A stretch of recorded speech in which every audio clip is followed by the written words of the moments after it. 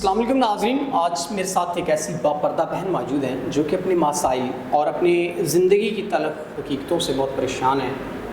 تو انہوں نے ہم سے ریکویسٹ کی کہ میں پردہ کرنا چاہوں گی، تو ہم نے کہا ٹھیک ہے، آپ کی عزت سے بڑھ کے کوئی چیز نہیں، آپ پردہ کریں۔ تو ایسے بہت کم لوگ آتے ہیں جو اپنی عزت کی بہت پرواہ کرتے ہیں، تو آئیے ان سے ان کے معاملات جانتے ہیں۔ السلام علیکم۔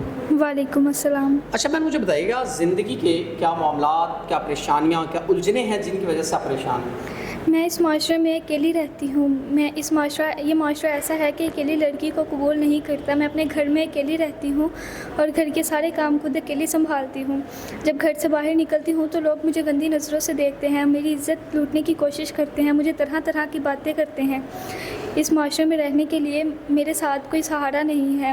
میں چاہتی ہوں کہ یہ معاشرہ اکیلی لڑکی کو بھی قبول کرے، کیونکہ اس کی بھی عزت ہوتی ہے۔ اکیلی لڑکی، آپ کے کہنے کا مقصد ہے کہ جب آپ مارکیٹ یا معاشرے میں جاتی ہیں تو بہت نیگیٹو رسپانس آپ کو ملتا ہے عوام کی طرف سے، عوام کے تاثرات کی وجہ سے، غلط آپ کی عزت کے حوالے سے۔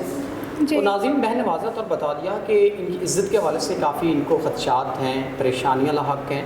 تو اب آپ کیا چاہتی ہیں؟ کوئی ایسا سنسیئر پرسن جو آپ کی یہ تمام تر پریشانیوں کو دور کرے، نکاح کرے، تو آپ کو تحفظ دے، تو کیا خیال ہے؟ میں یہی چاہتی ہوں کہ کوئی نیک مرد جو مجھے سہارا دے، مجھ سے نکاح کرے اور اس معاشرے میں میرے ساتھ چلے۔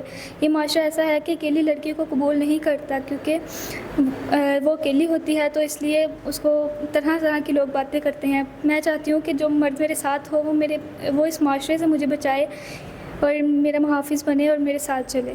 ناظرین، بہن نے واضح بتا دیا کہ یہ تحفظ چاہتی ہے، ایک ایسا انسان جو ان کے معاملات زندگی، ضروریات زندگی اور ہر چیز طرح سے ان کا محافظ بنے۔ تو ہم امید کرتے ہیں کہ ایک انسان ان کا محافظ بنے گا، ان کی عزت کے حوالے سے ان کو معاشرے میں عزت دے گا، تو وہ ضرور ان سے نکاح کرے۔ تو اس کے ساتھ اپنے میزبان نواب احمد کو دے اجازت۔ خدا حافظ۔